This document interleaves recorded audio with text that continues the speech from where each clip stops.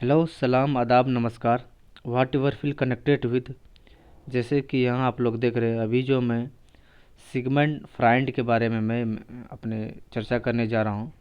तो इसमें आप लोग इस वीडियो के साथ बने रहिए और हम लोग आपस में समझने का प्रयास करेंगे कि सिगमंड फ्राइड ने जो दिया है मनोविश्लेषणात्मक सिद्धांत, ये क्या चीज़ है। Psycho analytic theory. Sigmund Freud ने दिया है मनोविश्लेषणात्मक सिद्धांत, साइको एनालिटिकल थ्योरी।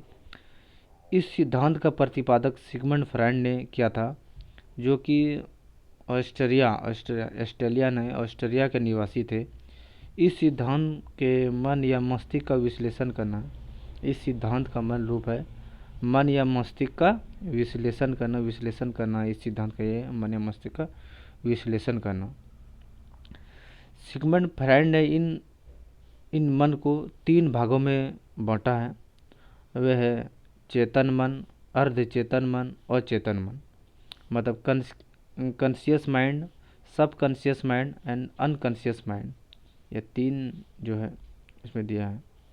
तो उसका क्या है, नीचे देखिए। चेतन मन, कॉन्शियस माइंड में क्या है, यह मन प्रेजेंट का विचारों को रिलेट करता है। यह जो कॉन्शियस माइंड में जो हमेशा हम लोग जो बोलते हैं, तो प्रेजेंट माइंड में जो भी आता है हम लोग जो बोलते हैं वही है प्रेजेंट माइंड मन में। इसमें 10% हम लोग को कुछ ही चीज़ जो है हमेशा हमको याद रहता है, जो आपस में बात करते हैं हम दूसरे जरिए को, अपना जीवन के विचारों को आदान प्रदान करते। 10% में ही हमारा चेतन में हमेशा प्रेजेंट रहता है, जो हम एक दूसरे को बोलते हैं। जैसे कि भी चीज़ का नाम याद रखना, यह पानी है, या यह चावल है, यह दाल है, यह सब्जी है, ये मीट मछली वगैरह, ये सब जितना वर्ड है जो ये कॉन्शियस माइंड में जो हमेशा प्रेजेंट रहता है। और सब कॉन्शियस अर्धचेतन, इसमें हमें तुरंत ज्ञान नहीं होता, लेकिन कुछ टाइम देकर याद किया जा सकता है। मतलब सब कॉन्शियस ऐसा चीज़ होता है ना, जो चीज़ हमेशा हमको याद रहता नहीं है, लेकिन कुछ समय इसमें देकर, कुछ मेहनत करके इस चीज़ को हमको याद कर सकते हैं। जो चीज़ हम नहीं जानते, जो चीज़ पढ़ाई करते, उस चीज़ को हम याद करके अपना माइंड में सेट कर सकते हैं। लेकिन याद हमेशा नहीं रहता, लेकिन कुछ समय उसमें देने के बाद जो है उसमें हमको याद रहता है। कुछ समय देने के बाद इसको याद रहता है।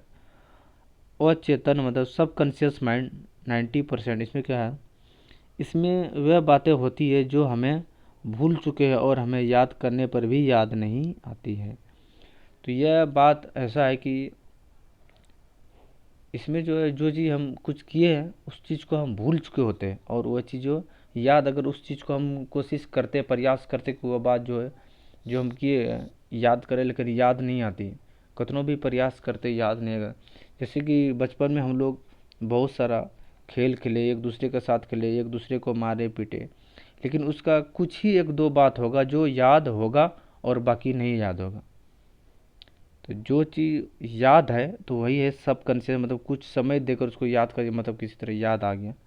तो अब पूरा कोशिश करे तो, कि मेरे पास हम लोग 4 आदमी खेल रहे थे एक जगह। सुरेश था, रमेश था, दिनेश था, लेकिन और एक कौन था माइंड में नहीं आ रहा है। एक होता है ना, पूरा कोशिश कर रहे, अरे कौन था, पूरा माइंड लगा रहे हैं, लेकिन वो चौथा पर्सन को नाम याद ही नहीं आ रहा है। तो मतलब पूरा प्रयास करे लेकिन फिर भी याद नहीं रहा, वही है अनकॉन्शियस। मतलब पूरा प्रयास करे, कोशिश करे, फिर भी याद नहीं आता। तो वही है अचेतन, अनकॉन्शियस, मतलब याद करने पर भी याद नहीं आता है।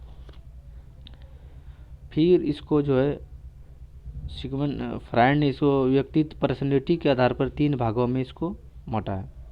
पर्सनैलिटी के आधार पर इसको 3 भागों में फिर इसको बांटा है। इसमें क्या है कि सिगमंड फ्राइड ने व्यक्तित्व, पर्सनैलिटी के 3 भागों में बांटा है। फिर 3 भागों में बांटा है। तो पहला है इदम, उसके बाद दूसरा है ईगो, अहम, उसके बाद तीसरा है परा अहम, सुपर ईगो। तो चलिए इस पे बात करते हैं, इदम पे, आईडी। इसमें व्यक्ति की शारीरिक और मूल्य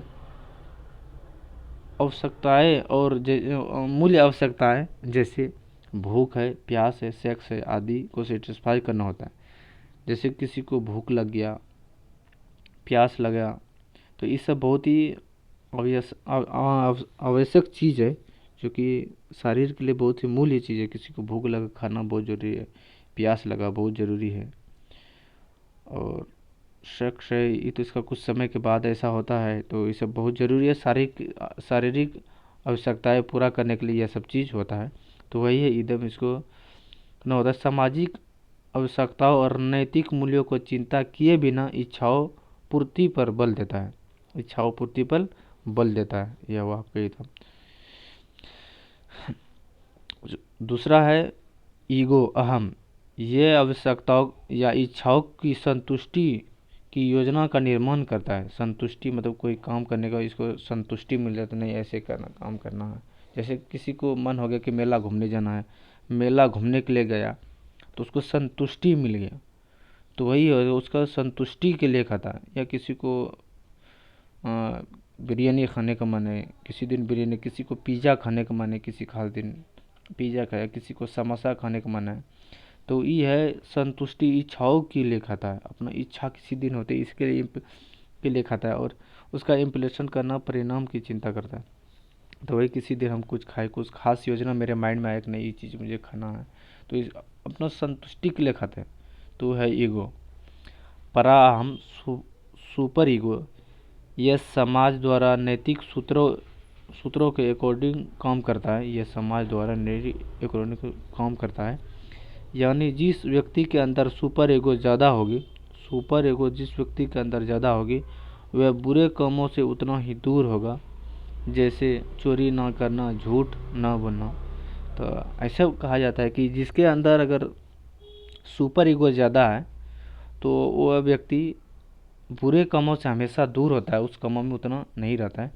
वो कोशिश करता है कि हम बुरे काम जितना हो उससे हम दूर रहें, बुरे कामों से ऐसा व्यक्ति दूर रहता है। तो इस पे एक बहुत बड़ा शायर है कि सुपर ईगो, कि अगर कोई अकेला चलता है तो उसको बोलता है ये घमंडी है। असल में जो अकेला चलता है वो घमंडी नहीं होता है, कोई अकेला काम करने का उसके अंदर हिम्मत होती है, उसको घमंडी हम लोग आम तौर पे किसी को बोल देते, कोई अकेला रहना पसंद करता है तो उसको बोल देते घमंडी है। ऐसा नहीं, उसको कोई अकेला काम करने को उसके अंदर क्षमता है। इस पर बहुत अच्छा ही कहावत है कि जो अकेला काम करता हुआ घमंडी नहीं, अकेला चलने वाला अकेला काम करने का साहस रखता है। ऐसे है तो सुपर ईगो घमंडी नहीं होता है, मतलब अकेला कोई काम करने का साहस रखता है।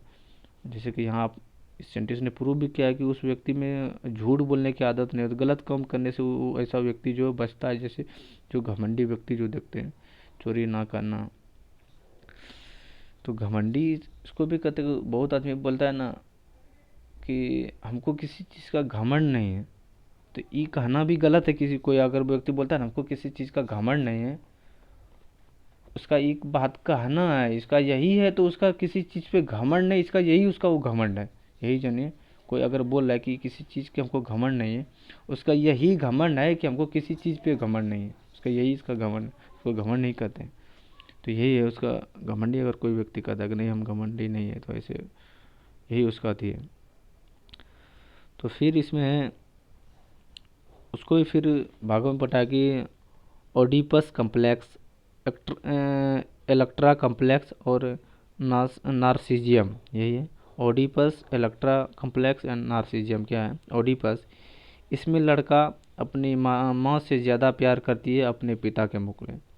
इप्नो जो है ना अपोजिट लिंग इसमें ज़्यादा अथी होता है। जिसमें ओडिपस में क्या होता है, लड़का जो अपना माँ से ज़्यादा प्यार करती है, ये हुआ ओडिपस, इसको कहते हैं। मतलब जो अपने लड़का जो जो अपने माँ से ज़्यादा प्यार करता है ओडिपस हो गया। इलेक्ट्रापस अपनी लड़की अपने पिता से ज़्यादा प्यार करती है अपने माँ के मुकाबले। मतलब जो अपनी लड़की जो अपने पिता से ज़्यादा प्यार करता है माँ के, मतलब प्यार ज़्यादा और कम का बात है, ये नहीं कि प्यार करता नहीं, ज़्यादा और कम का बात है। कोई भी चीज़ को अगर हम लोग सोचते या करके नहीं सोचे, उसको और करके सोचे।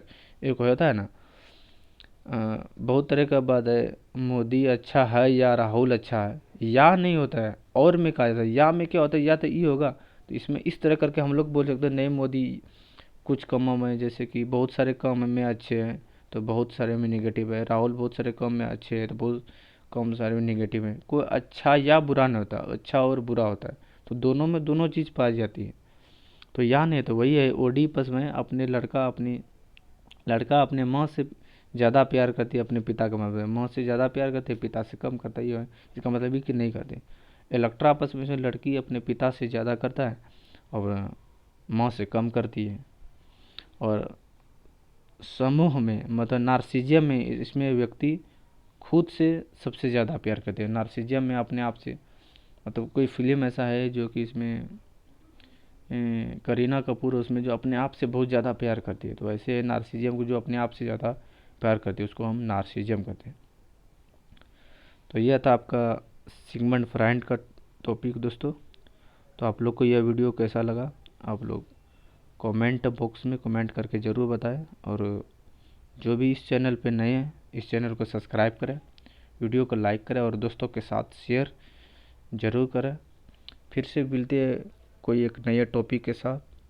तब तक के लिए stay safe, healthy and take care yourself. Thank you so much, bye.